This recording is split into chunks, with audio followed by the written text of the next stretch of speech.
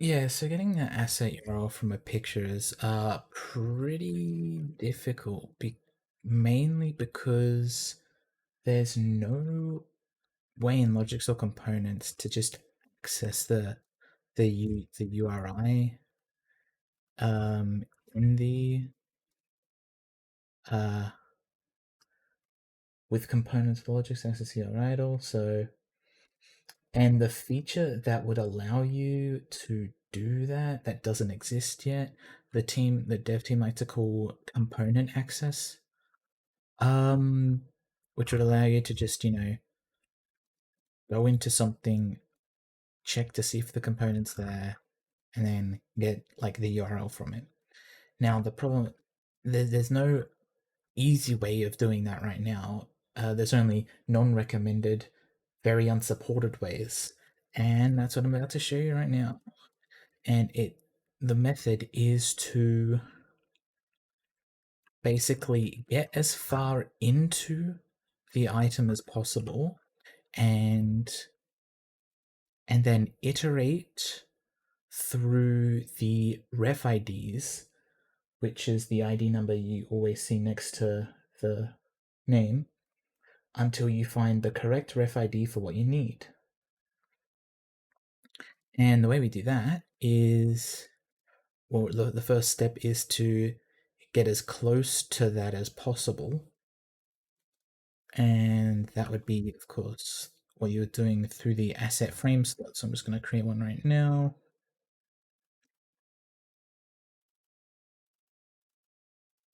Just iTexture 2D. And then we also need a target for it. So I'll just create some reference field of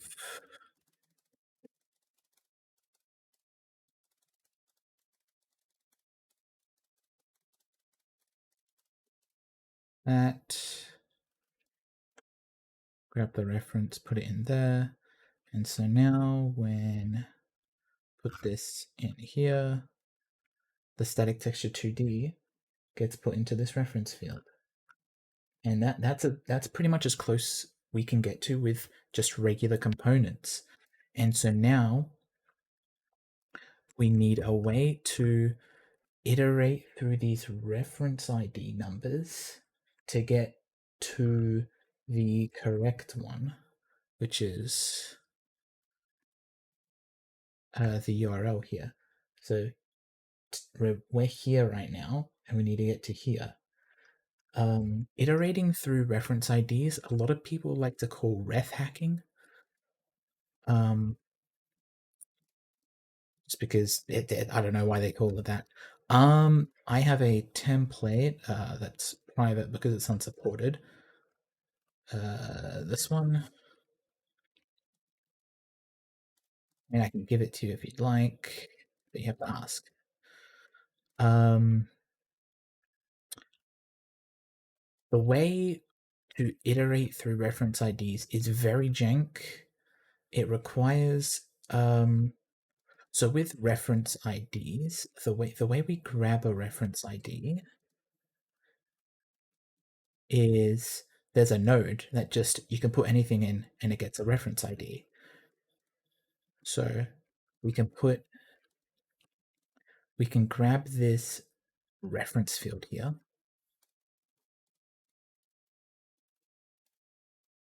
and just plug a dereference. We need a dereference node that, so we don't actually need that anymore. Let's go reference ID. And so now we have the ID of the static texture, which 1015200 in hexadecimal, 1015200. And we can't just add numbers to this to get to the URL, which is 1015F00. We have to turn it into a number and then add amounts and then put it back into a ref ID. because there's no way to just add onto straight into the RefID type. So we do a toString that turns it into a string. We remove the ID part, so it's just the number. We pass it into a ulong number type because it's just the longest number that we can use. And so that transforms the hexadecimal number into just a decimal number. Now, you'd think that, oh yeah, this is 1015F00 and this is 1015.200. We can just take away uh, uh, hex, like, I don't know, I'll just bring a calculator out.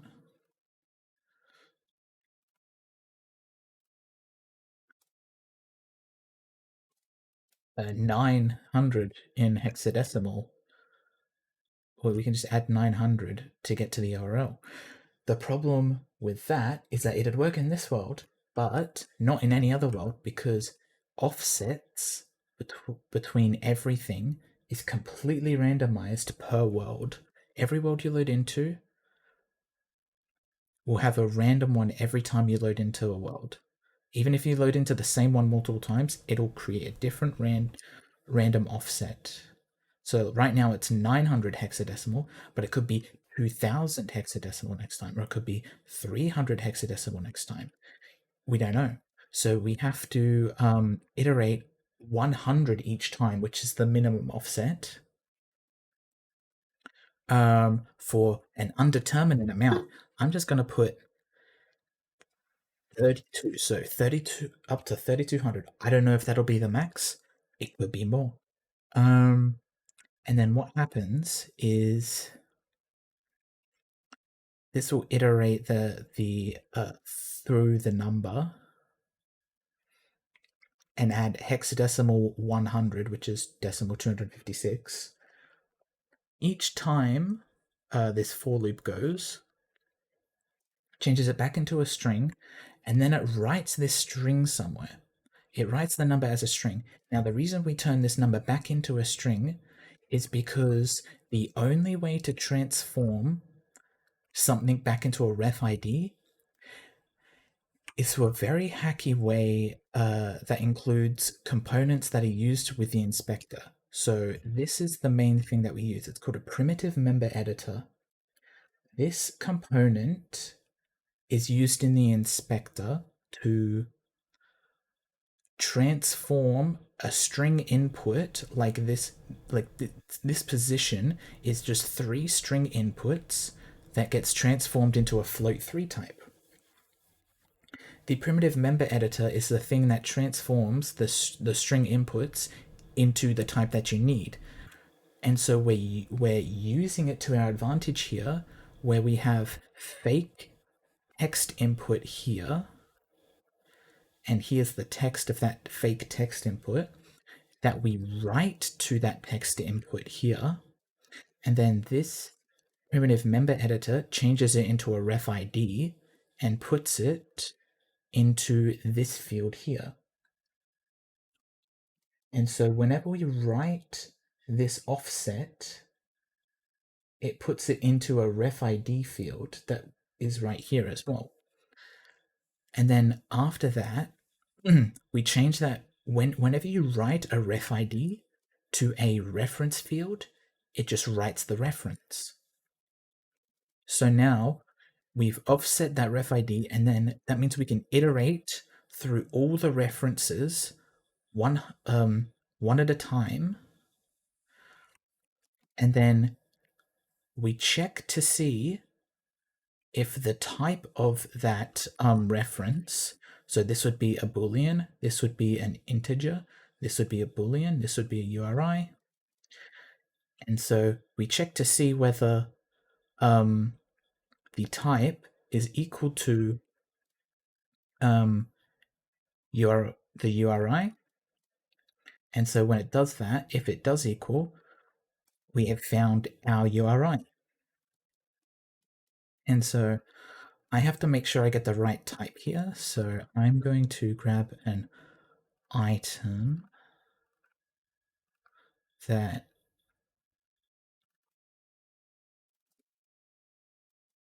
tells me the type. So I just grab the URL here, copy this, paste here.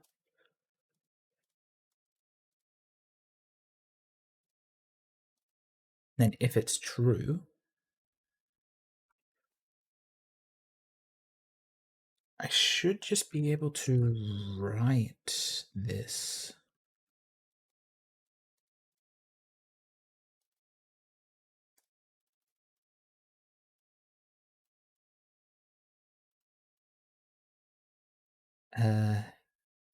Yeah, I will create a URI data field, or value field, yeah. URI.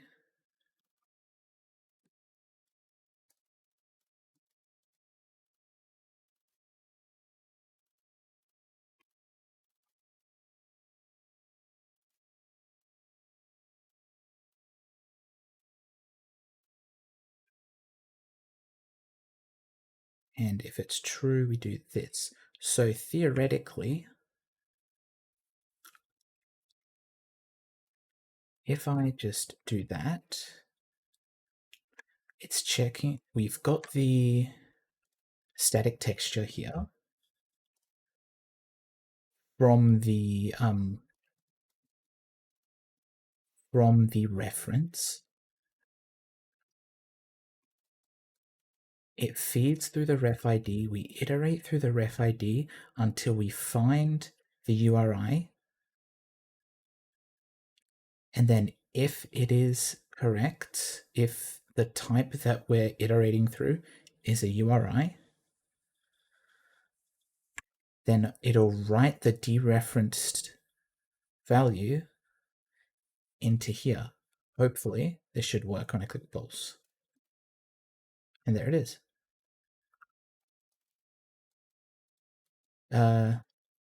Try to limit the amount of pulses. Like, make it as large as you need, but also if you have too many, it'll start lagging. Like, you could, if you have too many, like, for example, 300, it might go past that URI into another URI field that's lower and grab that one instead. Okay, this time it didn't, because that was the only one that was available, but there could be multiple URI fields later than the one you want. So try to keep it as limited as possible. If you know it's the first, if you know that the URI will be the first one from where you're starting, you can also use a one per frame node here. So it'll only grab the first one, because the for loop runs in a single frame.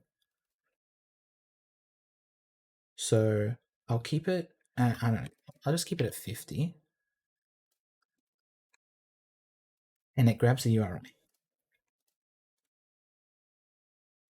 Hopefully this sort of makes sense, where you have this primitive member editor. This is located in uncategorized, by the way. PP primitive member editor right there. You need a value field of RefID to write the string to through the primitive member editor. The target, the path is always ID if you want to use RefIDs. The target is this, the value here, I think.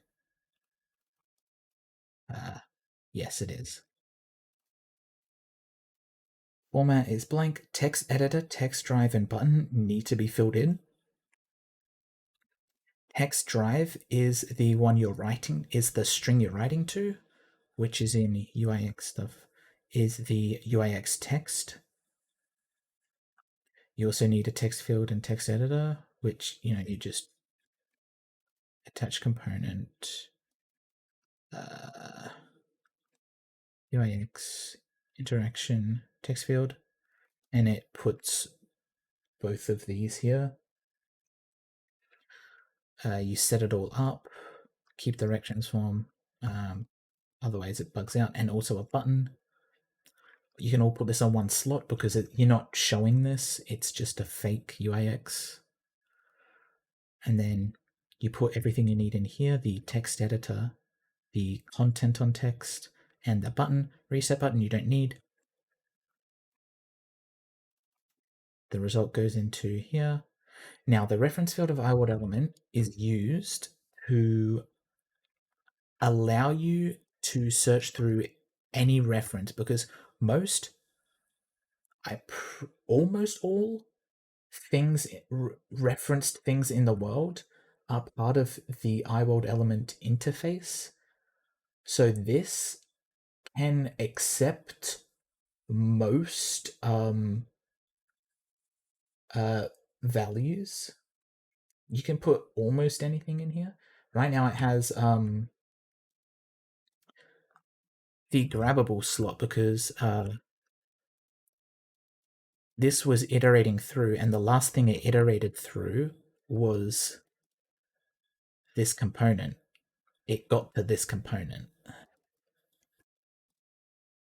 Say if I do 51, it got to allow only physical grab, which is here. As you can see, it's random because it could go, it got to here, then it could go here, then here, then here, then here, then like here, or weird places.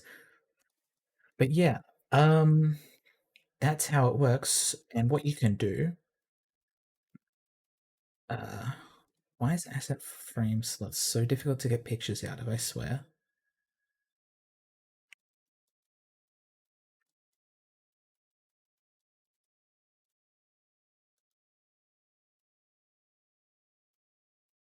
There we go. So you could do a slot children event when a child is added to the empty object. Actually, no, you don't need that. You just figure out when this changes, when this reference field changes. You pulse this for loop. This will already have the reference ID because you've referenced this. This will go through its crazy jankness. Write the offset RefID to check to see if it's a URI, and if it is, it'll write the URI to the value. And so what you can have is a text field like above this that you can copy, or you could you could, for example, what you wanted was string replace substring.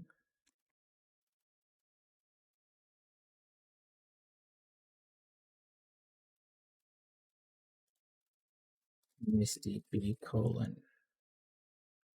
slash, I think it's triple slash. Let me check. Yeah, it's triple slash. Replace that with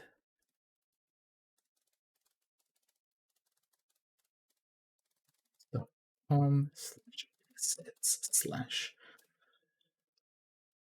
and so plug that in instead, read the value, and then when I click pulse, there we go.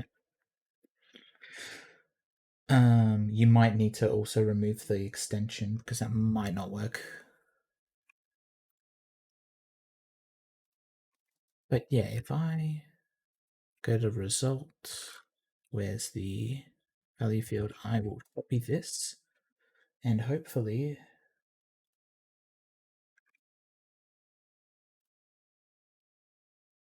I just paste this in. Okay, I will get rid of the web p, paste it in. There we go. There's the picture. Same one that I put in here.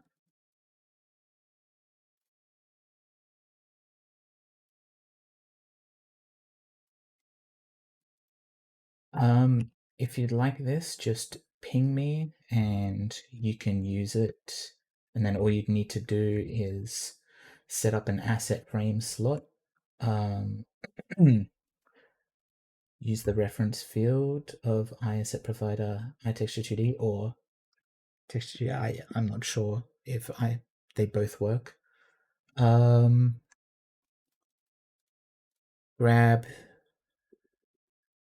Grab the reference, plonk it out here, use a dereference, which is in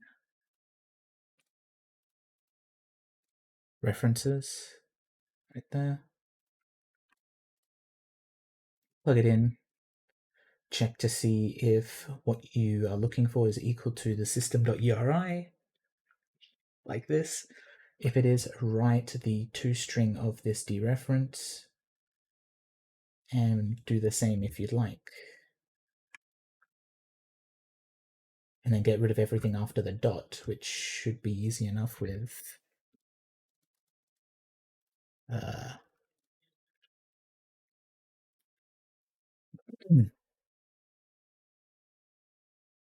index of string probably.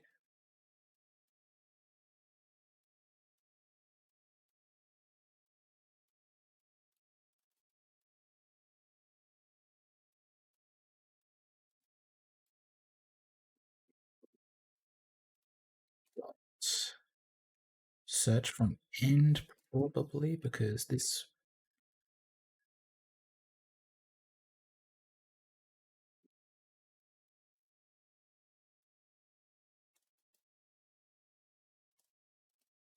substring.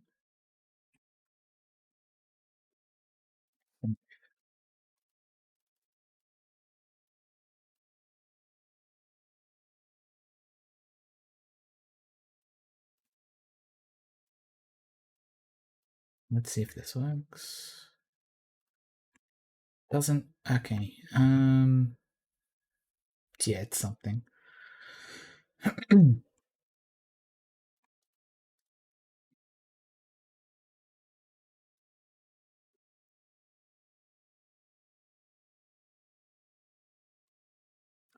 I'm sure you figure that out. Yep, whatever.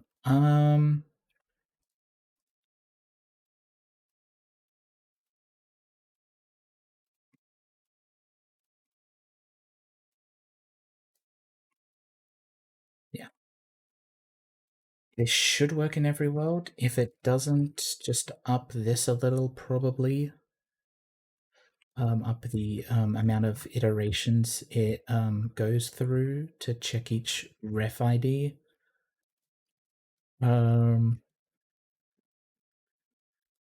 Hopefully that's all you need.